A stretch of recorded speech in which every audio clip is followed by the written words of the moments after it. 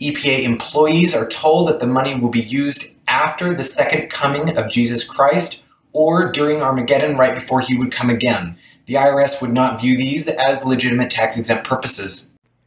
This is not the Church of Joseph Smith. This is the Church of Jesus Christ. The major victory for Satan. Travis, my good soul. So, the Church of Jesus Christ of Latter-day Saints is destroyed. And sadly enough, Mormons are given pass to the church. They're ignoring the news that the church got destroyed.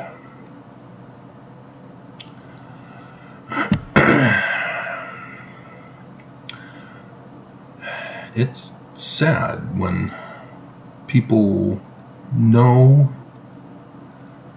that something is dangerous for them, and yet they continue to involve themselves in the danger, in denial that they will be affected by the danger. It's another thing to willingly be suicidal,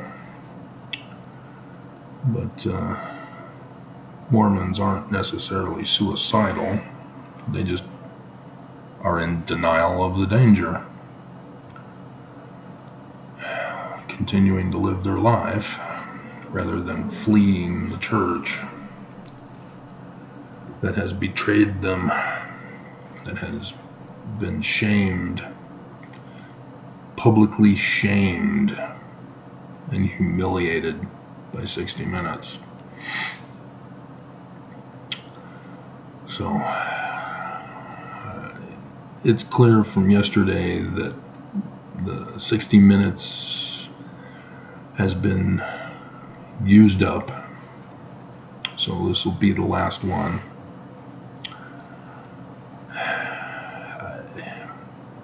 It's embarrassing to witness Mormons just try to ignore it and hope it goes away. That's disgraceful, because then, years later, everybody else in the universe knows the truth, and then Mormons just try to gaslight people as if it never happened. Just stupid. So, I had several other videos to still do. I didn't get to them yesterday.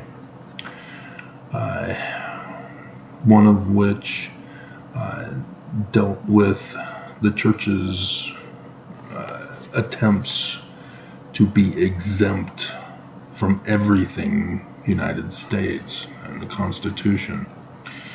See, the 501c3 that they're involved in, not just for tithing, but for everything as a religion, is just sampling. That's what inspired them to put the exemption clause in the Respect for Marriage Act, so that they can be exempt from following any law that they disapprove of. And that's what it's all about. And they disapprove of the United States. They disapprove of the Constitution. Because if God wants to take away Mormon agency, they want to be allowed to take away Mormon agency. And they don't want the government stepping in and telling them what they can and can't do. That's the Wild West attitude. And Mormons don't see it as Lucifer's. That was Lucifer's plan of happiness, is to take away agency, to control people's lives. And Mormons say, oh yeah, well Jesus wants to control my life. I need to give my will to Jesus, which is obeying the living prophets. Whatever they tell me to do, I gotta do. And they don't think. See, we're not some cult. We're not some Christian church. There are specific, unique doctrines to Mormonism. And Mormons are pretending they don't exist. They're in denial of them. You know, the prophets, they aren't like Christian pastors teaching the Book of Mormon to Mormons. No, they claim they speak for Jesus. Mormon prophets are understood by Mormons as the vicar of Christ. And Mormons create the myth that they talk directly to the physical being of Jesus.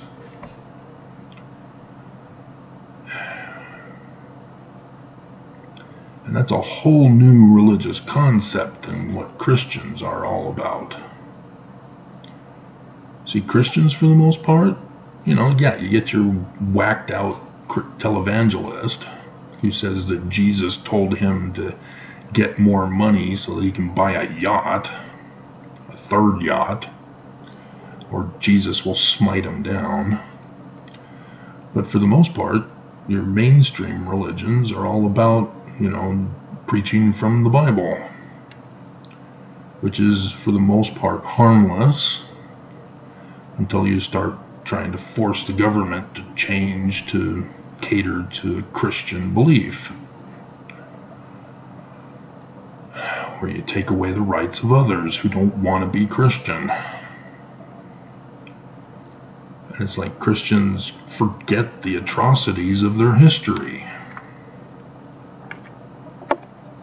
The Spanish Inquisition, Aztecs, Africans.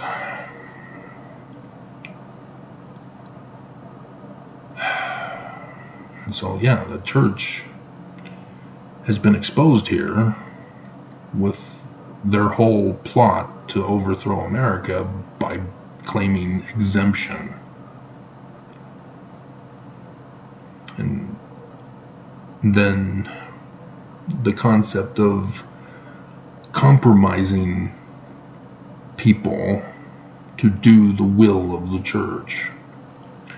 See, Dallin H. Oaks, he was Mormon the whole time, but he was a prosecuting attorney who became a Supreme Court Justice of Utah when he was pulled into the 12 Apostles. That's how Nelson became first in line for the presidency, is because he came straight from his career into the job, whereas Oaks needed to finish up some business first. He let the things of the world get in the way. He couldn't put Jesus first. But for his reward, for his work on the Supreme Court protecting the church, they elevated him, rewarded him with an apostleship. They compromised him as a lawyer and then a judge, and rewarded him for his loyalty by giving him an apostleship. And now he's a member of the presidency, next in line to be the president, because of his loyalty. And so, yes, this whole exemption thing, he knows all about this. He's behind it. He's the one telling Nelson about the law and how to manipulate it, how to find the loopholes. That's why polygamy is a loophole for the church. Divorce your wife so you can marry another. It's a loophole in the system. And they're doing it now so that you can prove your loyalty to the church. And in the millennium, starting next year, those who are loyal will be rewarded, just like Oaks was. And so it's not just about tithing, but about loyalty. And this is what 60 Minutes is exposing here. They're covering up the amount of money and what they're spending the money on. That's the big cover-up.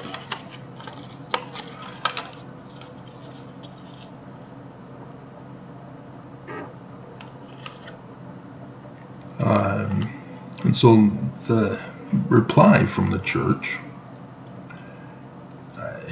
they tried to guilt trip 60 Minutes for exposing them because they're claiming to be a religion. See, the church, with Oakes as legal mind, trying to be exempt from the law, are trying to create a loophole that doesn't exist with the IRS.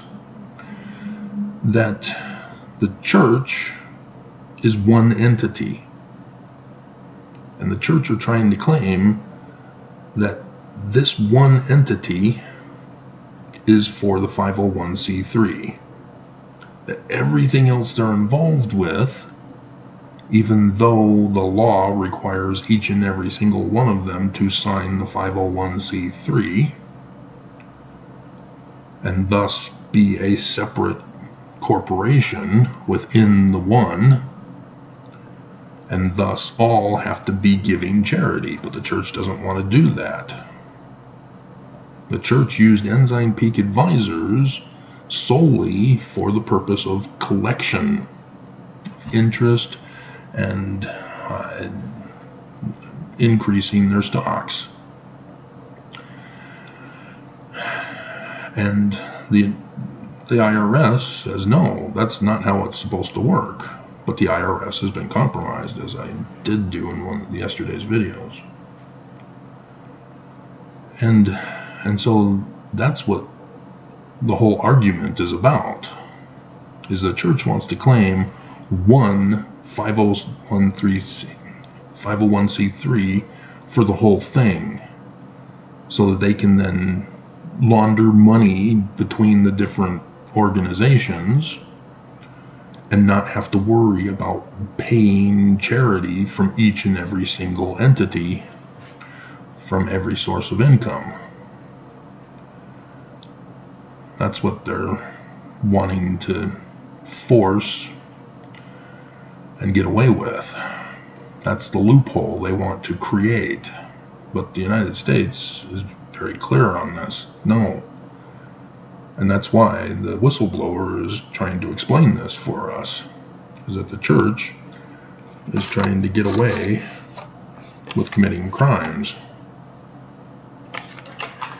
And yeah, the IRS is letting them get away with it because they're not coming down with an order saying, no, you can't do it this way. And that's the problem, is that I don't think the government wants to know how filthy rich the church is, as we're about to go into a debt collapse. Do you understand this? The church is so filthy rich that all the government has to do is seize the whole assets of the church. And we're no longer in a debt crisis. But the government's not doing it, and threatening Americans as we're about to crash the United States for the first time in history. So another one is going over the rewards for whistleblowers, and it was discussed in the video that 30% approximately, I think even 35% is a potential. And David, as a whistleblower of Ensign Peak Advisors, would only get the percentage from Ensign Peak Advisors, not the whole church,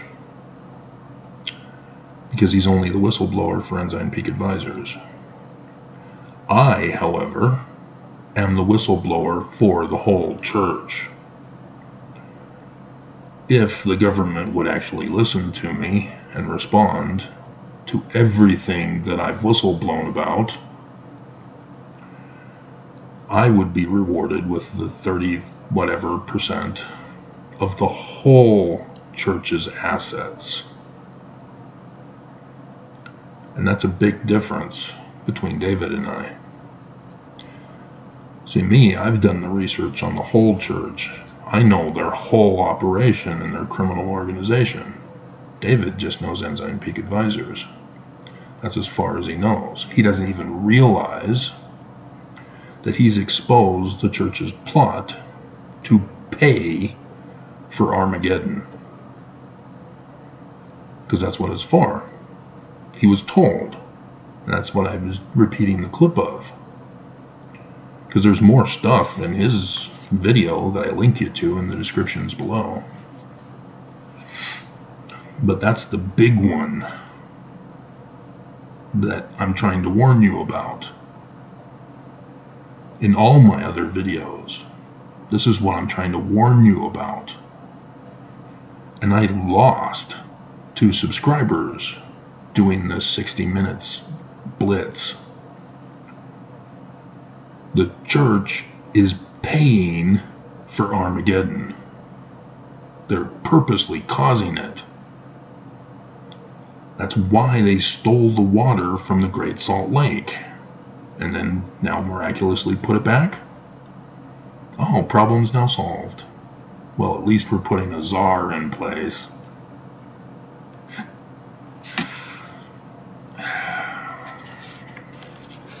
The czar won't go after the church. They will be loyal or compromised to the church. Because the news exposed it. You know, we're going through a drought. Oh no, Governor Cox confesses that they made wrong choices in the past. And then the church comes out and says, oh, we're donating water for you. And now we're no longer in a drought and the water's rising. Yeah, we get massive snowfall. Yeah. I mean, you guys went to grade school. You learned about photosynthesis. You know that vegetation helps produce rainfall. That's why when the Amazon was lit on fire, that was a very big deal. Because that helped to increase the temperature of the earth. They purposely caused that to do that. And yet the liberals are all trying to say, oh, well, we need to do environmentally friendly stuff. Well, yeah, but you're not holding accountable those who are to blame.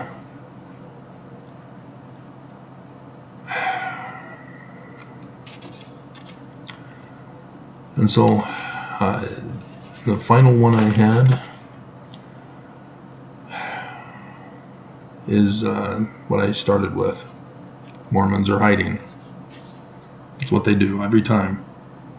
When the church gets exposed for something, when Mormons make national news for crime, such as Chad and Lori, the Mormon mother who wrote a book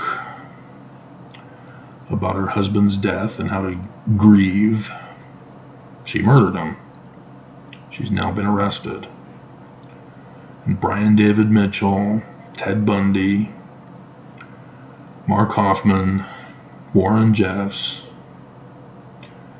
See, Mormons try to distance themselves from all of this to justify being Mormon still, rather than putting the pieces together and going, hey, wait a minute, oh my God, it's the church that's causing all of this. It's the church that weaponizes you to attack me. I consistently have a second thumbs downer now. Because they aren't listening to Nelson in conference. See, being Mormon is not about following the prophet. It's not about studying Mormon scriptures. It's just about, I'm Mormon, so therefore it's true. It's a gang to Mormons. And it's loyalty to the gang.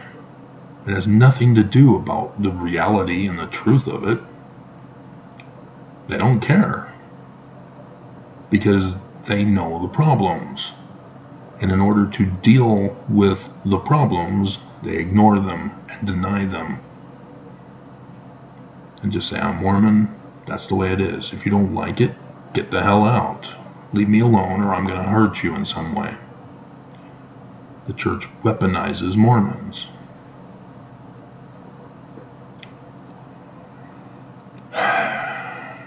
And that's how I'm able to confound Mormons. Those who attack me, and if I respond, they run and hide. I never hear from them ever again, because I used the Book of Mormon and the words of Joseph Smith to confound them. Because they don't know their scriptures, and so when I shove it down their throat, they go, oh, right, I'm Mormon, I'm supposed to believe in this. They know that wickedness is wrong, and yet they don't see themselves as doing anything wicked, because the church is setting the bad example. That's what this 60 minutes is all about. The church is evil and criminal, and Mormons are emulating them. So, alrighty. I do have a couple other videos that are unrelated to 60 minutes per se. LDS Mormons don't want to be saved from utter destruction, because this is the final year. That's why I'm pushing this. If you're going to continue to resist and deny it, dear God, it's going to happen, and then you're going to be shocked and surprised. Oh, I didn't know this was coming. Yeah, because the prophets didn't warn you. I warned you. You didn't believe. You have no one else to blame but yourself. You know what I'm referring to. You know the scriptures that I'm referring to. You chose not to research them. You chose to believe I'm wrong to justify not doing your part in studying. And then the Mormon Jesus Code. Because that's the whole thing here, is that Jesus is not literal. He was created by Constantine, which turned the Jewish scriptures, which the Christians culturally appropriated, into literal history. They're prophecies of the latter days. Joseph Smith understood this. The Book of Mormon was written understanding this and telling us that that's what it is, that it's not literal history. But you have ex-Mormons who can't figure it out, who are still calling the Book of Mormon literal history, and therefore it's a fraud, because it's not literal history. They don't understand the learning of the Jews, because the church has blinded them too. And so even Christians who come attacking me, and attacking Joseph and the Book of Mormon as Christian frauds, it's because they're not. They're Jewish learning of the Jews. It is not complicated, and yet people live in denial. And so, yeah, the manner of Jews is one thing. Joseph Smith and the Book of Mormon branches off from that to say that our Christ is going to be a Mormon human. Because the Jews, the Christ is a human, not Jesus. They didn't write all that because they were prophesying of Jesus coming. Old Testament was written at the same time as the New Testament, all during the Roman period. They're all the same type of literature. They're prophecy of the latter days. The Old Testament is not literal history. New Testament is not literal history. None of it is. It's prophecy, all of it. They are books of Revelation. So is the Book of Mormon. And you need to be reading it as such, because they give you the dates of the latter days. That's what I've been trying to warn you about. But Christians, with the creation of Christianity and the creation of Jesus, turned everything literal history. Jesus now becomes an actual person, even though the word to describe him means not real. And so he's coming back again because he failed the first time. And there's all these other problems because the scriptures have been made literal history. They don't work as literal history. And likewise, that's what Brigham Young did. He joined to overthrow Joseph's church by making the Book of Mormon literal history, making it another testament of Jesus Christ, when that's not the Christ. And so Joseph Smith came out with his 1838 visionary account. And again, the church did the same thing. Literal history, it's Jesus who appeared to Joseph. Ignoring the Book of Mormon that says the learning of the Jews, language of the Egyptians. What's the definition of Emmanuel? None of you know it. It's the Egyptian sun god at noonday. So the first vision saw a pillar of light above the brightness of the sun. The sun at noonday, Emmanuel. Second vision appeared a room light in my room above the brightness of the sun at noonday. Emmanuel appears to Joseph Smith. That's what he's talking about. It's a revelation account, prophecy of the latter days. It is not literal history. He's trying to teach us. And so when he refers us to Acts, we're supposed to go to Acts. That refers us to Deuteronomy 18:15 through 19, which is the Jewish Christ. A human who fulfills the prophecies, doesn't fail, and gives us a second chance in the latter days. He has to fulfill them all the way through, and Jesus doesn't do that, because that is not the Christ. He is a type and shadow of the Christ, giving symbolism, prophecy of him. There's a big difference. And so he wasn't crucified on a cross. That's the solar eclipses over America. The Hebrew alphabet, the letter A, that's over America, the 3 days of darkness. With the T, which is actually a cross,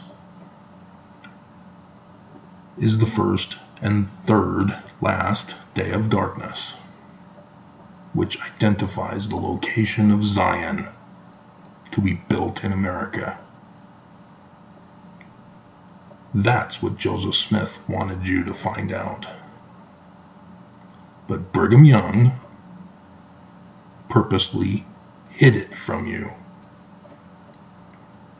by calling the Book of Mormon literal history, Joseph Smith's prophecies as literal history, and calling Jesus our Christ as literal. And so, yeah. So when Brigham Young and all of his successors talk of Jesus now, Mormons interpret it as literal history, when in reality, they're using the code to overthrow America. Jesus is coming to Adam-on-Diamond, where he's going to receive the keys of government to run the kingdom for the millennium. And then he'll go out and destroy the wicked, destroy the governments,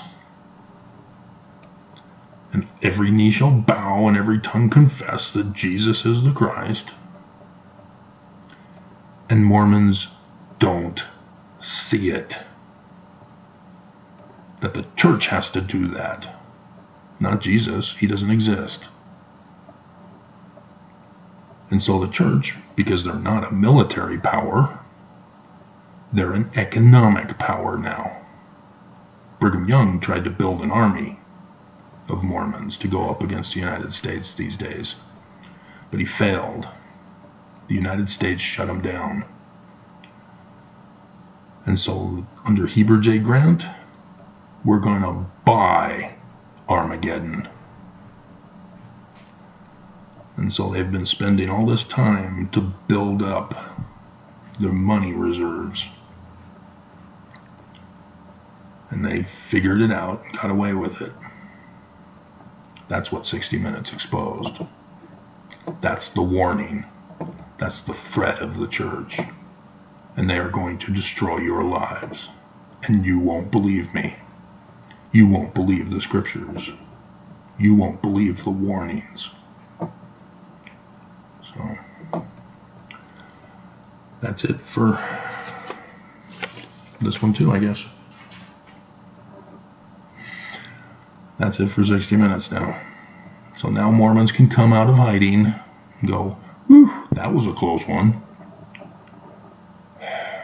Church is destroyed and they don't want to care.